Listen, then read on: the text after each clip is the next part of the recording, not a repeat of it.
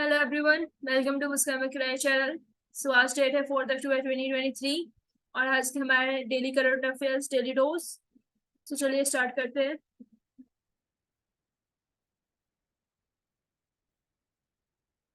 Online registration of FIR. So recently 22nd law commission ने एक report submit की है जिसमें उन्होंने बोला गया कि जो सेक्शन 154 है ना, 154 सेक्शन ऑफ सीआरपीसी के तहत उसमें एक प्रोविजन है।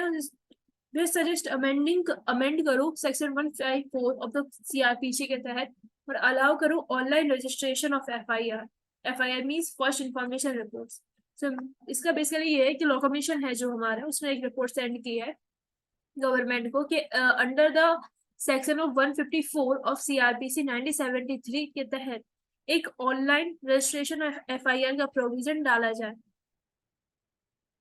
और उसके साथ ही लॉ कमीशन ने ये बोला कि ई एफ आई आर को एक फेज मैनर में स्टार्ट किया जाए, जो कि ऑफेंसेस मैक्सिमम पनिशमेंट 3 साल तक की है, उन 3 साल तक की इम्प्रिजमेंट है ना, उनके लिए ये online F I R registration हो सकता है।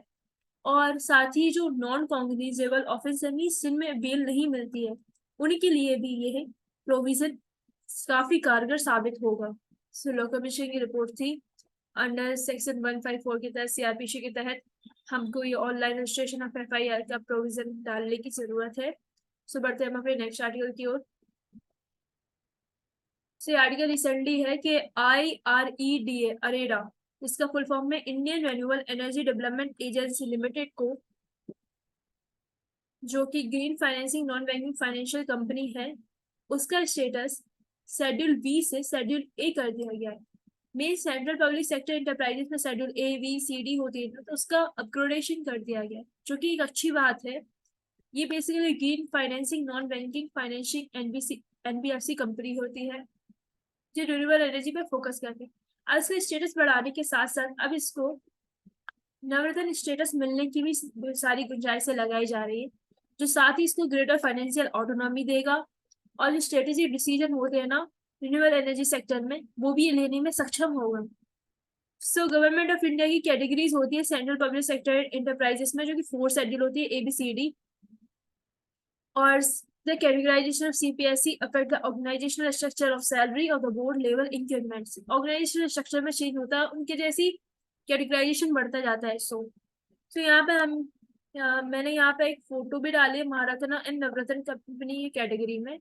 So recently oil India company है ना, वो 13 महारत्न CPSE बन चुकी है गवर्नमेंट ऑफ इंडिया की।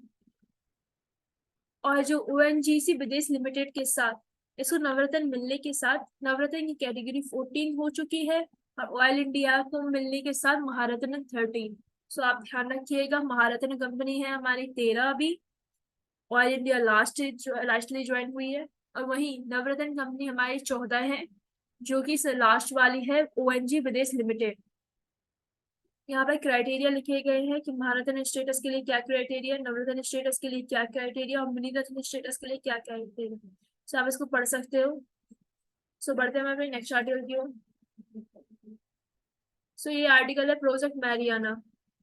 सो ये प्रोजेक्ट मैरियाना कोलैबोरेटिव एफर्ट था bank of bank for international settlement and central bank of France, Singapore and Switzerland Singapore and France ने जो सेंट्रल बैंक के साथ और बैंक फॉर इंटरनेशनल सेटलमेंट का एक कोलैबोरेशन इफेक्ट है project mariana।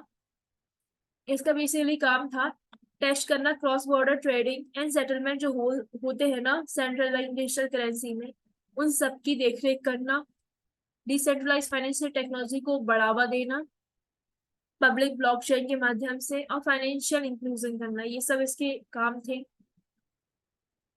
The project Marianne demonstrated successful cross-border trading and settlement of hypothetical euro, Singapore dollar, and Swiss franc, और several key elements, technical token, automated market maker, इन सब पे base थी। तो बस आप तो ये ध्यान रखिए, इतने ही क्वेश्चन पूछ सकते हैं प्रोजेक्ट mariana किससे रिलेटेड है, इसमें कौन किस का सपोर्ट है। फ्रांस सिंगापुर स्विट्जरलैंड के सेंट्रल बैंक है, उनका सपोर्ट है, और बैंक फॉर इंटरनेशनल सेटलमेंट इसमें साथ में काम कर रहा है। ये बैंकिंग से रिलेटेड है, क्रॉस बॉर्डर ट्रेडिंग से रिलेटेड। तो बढ़ते हैं अपने नेक्स्ट आर्टिकल की ओर। ये दोबारा वही आर्टिकल आ गया, sorry.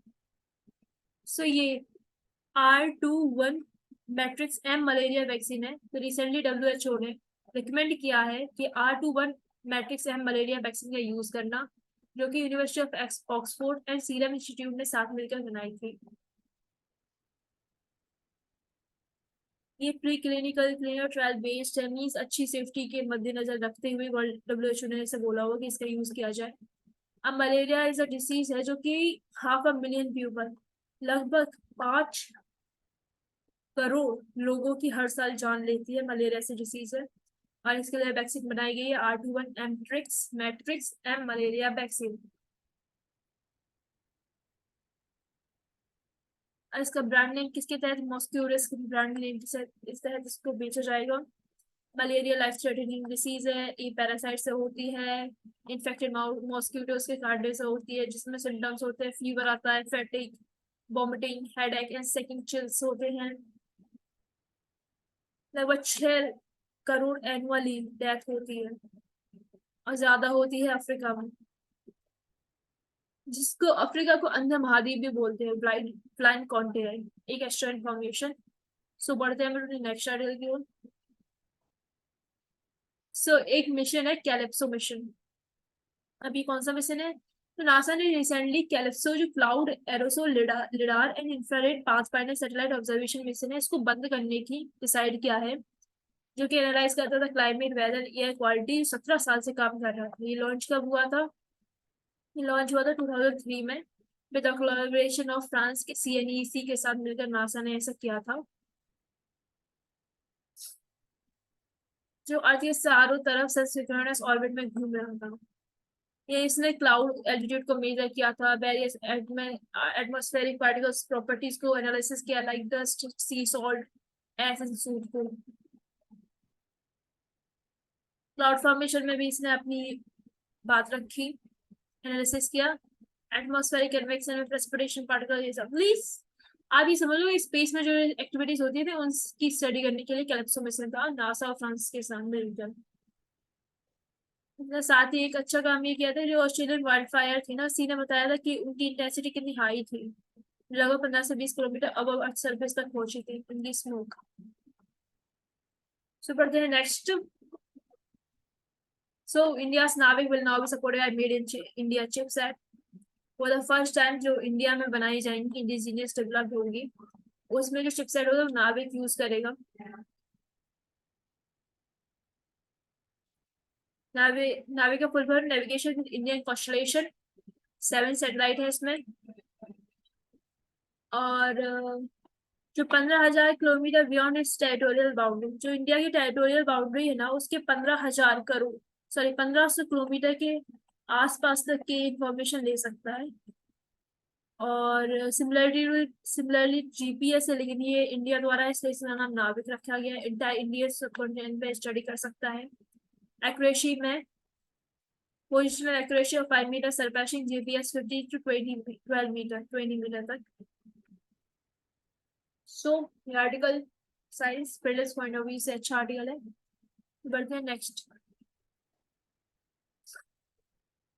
World species found in Tamil Nadu found to be in a rapid decline.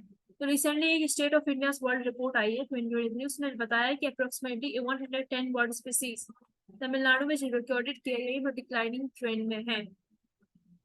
Some bird species के नाम लिखा गया है, जैसे garganey, northern shoveler, common sandpiper, common teal, taken for granted by what are not categorized as declining, ये declining है। So UPSC इनके terms पूछ सकते हैं, like garganey, north shoveler, common sand pineapple and common teal, ये किसके name है, तो आप कहोगे वर्ड्स के नेम है। सो रीजन बताया गया अर्बनाइजेशन कंट्रीब्यूटिंग फैक्टर। ये जो रिपोर्ट है long term and current trends सबको साथ में लेकर चलती है। अराउंड 942 ओवरऑल जो 1350 वर्ल्ड स्पीसीज है इंडिया में से 942 तो इंडिया में ही पाई गई है। सो बढ़ते हैं अपने नेक्स्ट न्यूज की तरफ। सो ये न्यूज हमारी लास्ट न्यूज है। सो रिसेंटली इंडियन एयरफोर्स ने इंडिजीनियस फील्ड अस्त्र बियॉन्ड विजुअल रेंज को, जो कि एयर टू एयर मिसाइल है, उसको इंडक्ट इंडियन एयरफोर्स में इंडक्ट कराने की मंजूरी दे दी गई है। आप ये क्वेश्चन देखोगे ना, तो अभी रिसेंटली आरएएस 1 अक्टूबर को हुआ था, उसमें भी ये क्वेश्चन आया था कि अस्त्र कौन सी मिसाइल है, एयर टू एयर मिसाइल है या air to sky, sorry air to surface to air missile है, ऐसा पूछा गया था। और ये इवन ये वाला टर्म था ना, बियॉन्ड विजुअल रेंज, इसके बारे में पूछा गया। सो अस्त्रा का इंटीग्रेटेड हुआ, इंटीग्रेशन होता सुखाई 30 MK का MKI के साथ, तेजस में भी इसका सक्सेसफुली लॉन्च हो गया था। ये बनाई जा रही है इम्पोर्ट डिपेंडेंसी को कम करने के लिए। It is the first indigenous air to air missile होगी, डीआरडीओ डेवलप कर रहा है इसको। रडार का गाइडेंस से नेविगेशन के लिए इसका यूज किया जाएगा। तो थैंक यू। अगर आपको ये एनालिसिस अच्छा लगा हो, डेली रोज अच्छी लगी हो, करंट अफेयर्स की police point of view, UPSC के लिए, इवन अदर्स एग्जाम के लिए भी, तो सब्सक्राइब कीजिएगा, चैनल लाइक कीजिएगा, शेयर कीजिएगा। कोई अगर एडवाइस सजेशन हो तो जरूर कमेंट सेक्शन में बोलिएगा। So thank you.